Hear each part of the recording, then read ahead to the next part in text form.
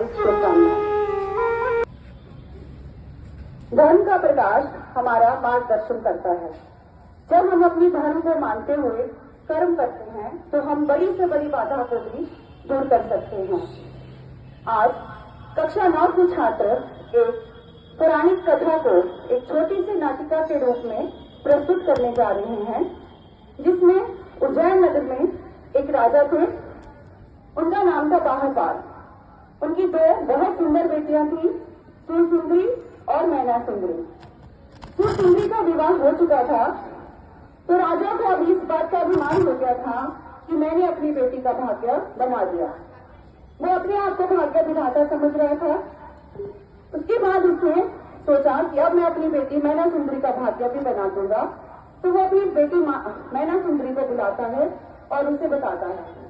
लेकिन मैना सुंदरी जो थी वो इस बात को नहीं मानती थी कि कोई भी किसी का भाग्य बना सकता है। उसे अपने धर्म पर पूरा विश्वास था। तो अब हम देखते हैं कि किसकी जीत होती है, अहंकार की या धर्म की। बेटी अपने धर्म को मानती थी और बेटी पिता को अहंकार था कि मैं सबका भाग्य बनाता हूँ। तो आज हम इस नाटिका में यही देखें। सावधान, उज्जैनी नगरी के प्रजापालक महाराजा बाहुपाल पधार रहे हैं। महाराज, आपकी ज्येष्ठ पुत्री सुरसुंदरी का विवाह के पश्चात प्रथम पत्र आया है। क्या लिखा है हमारी पुत्री ने? शीघ्र हमें पढ़कर सुनाएं। आपकी पुत्री ने आपको सादर प्रणाम कहा है। पिताश्री, मैं अपने ससुराल में बहुत प्रसन्न हूँ। आपने एक सुयोग्य राजकुमार के साथ मेरा विवाह करवाकर मेरा भाग्य बना दिया है। इसके लिए मैं सदा आपकी आभारी रहूंगी। हा हा हा। देखो महामंत्री, एक पिता के लिए इससे अधिक प्रसन्नता की बात क्या होगी।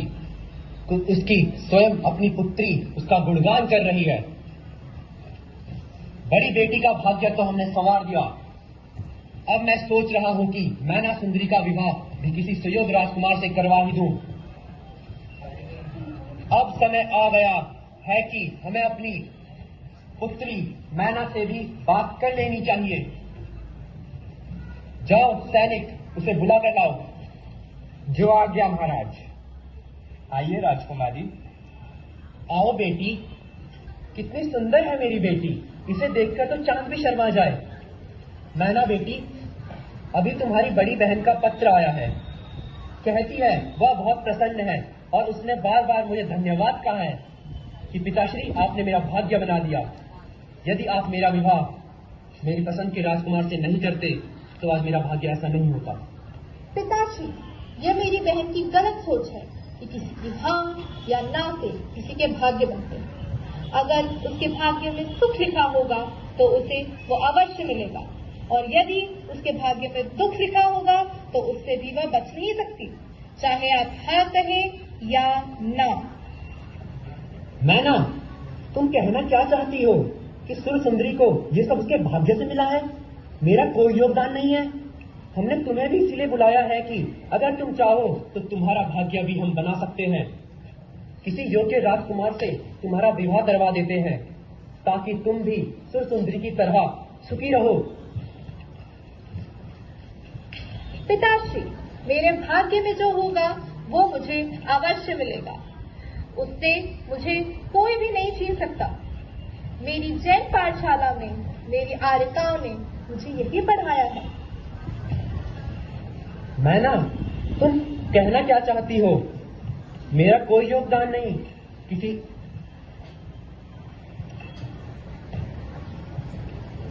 क्या तुम्हारा ये विचार है?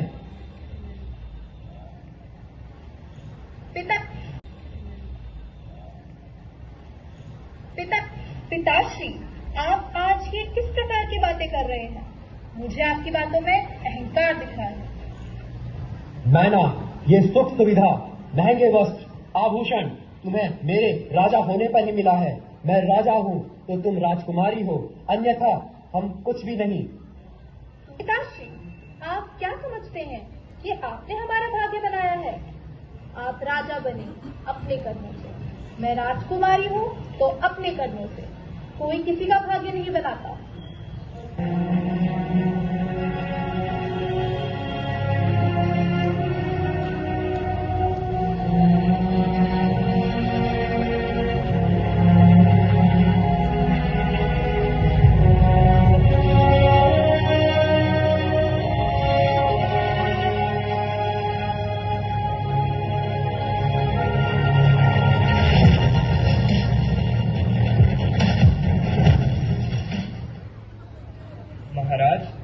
सोच रहे हैं?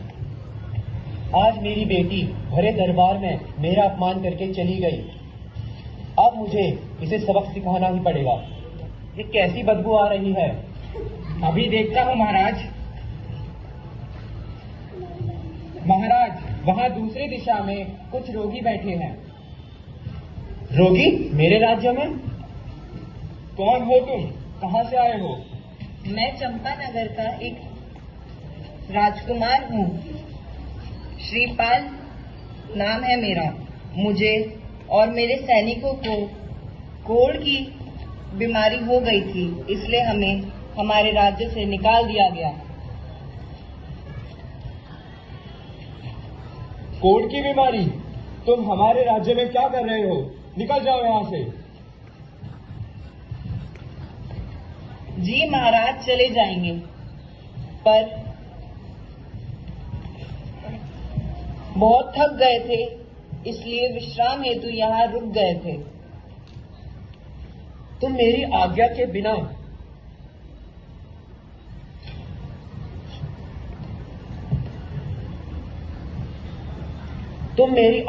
बिना मेरे राज्य में घुस गए हो। मैं तुम्हें मृत्युदंड भी दे सकता हूँ, पर अगर तुम मेरी बात मान लोगे तो मैं तुम्हें प्राण दान भी दे दूंगा। आज्ञा कीजिए महाराज, आज्ञा कीजिए महाराज। तुम मेरी बेटी के साथ विवाह कर लो। महाराज, आप ये क्या कह रहे हो? मेरा शरीर घावों से भरा है, खून निकल रहा है, और आप मुझे अपनी बेटी दे रहे हो? चुप हो जाओ। ये विवाह नहीं है, बल्कि मैं अपनी बेटी को सबक सिखाना चाहता हूँ। जब वो तुम्हें देखेगी तो डर जाएगी, मुझसे क्षमा मांगेगी और अपने भाग्य बनाने की भीख मांगेगी। तुम ये मत सोचना कि मैं तुम्हारा विवाह अपनी बेटी से करवाऊंगा। तुम सुबह बारात लेकर आ जाना। प्रतीक्षा ना हो। सैनिक, ये महाराज क्या कह रहे हैं? राजकुमार, आप विवाह कर ही लो, जीवन दान तो मिलेगा, वरना हम सबको प्राणों से हाथ धोना पड़ेगा।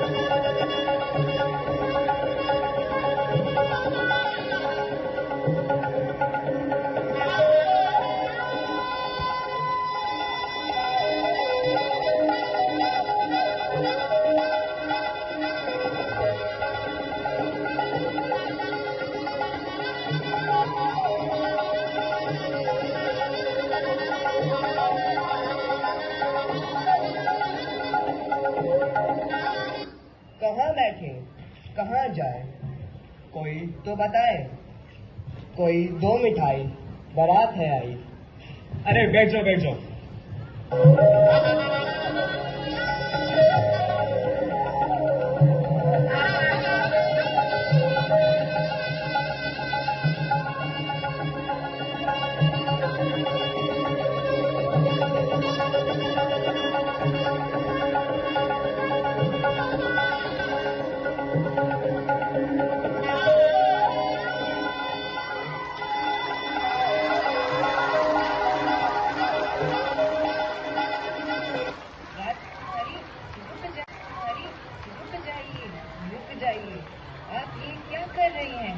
मैं आपकी योग्य नहीं हूँ। मेरे पिताश्री ने आपको मेरे लिए चुना। मैं खुशी खुशी आपको स्वीकार करती हूँ। पिताश्री, ये पालन कर लिया, अब तो आप प्रसन्न हैं? नहीं, पुत्री, मैं ऐसा नहीं चाहता था। मैं तो केवल तुम्हें सबक सिखाना चाहता था ताकि इससे तुम डर जाओ और मुझसे क्षमा याचना करे। पिताश्री, मैंने अब इन्हें अपना पति स्वीकार कर लिया है। अब आप भी मेरी विदाई खुशी खुशी कर दें। नहीं नहीं मेरी लाडो, ये तुम क्या कह रही हो? मैं कैसे तुम्हें विदा कर दूं?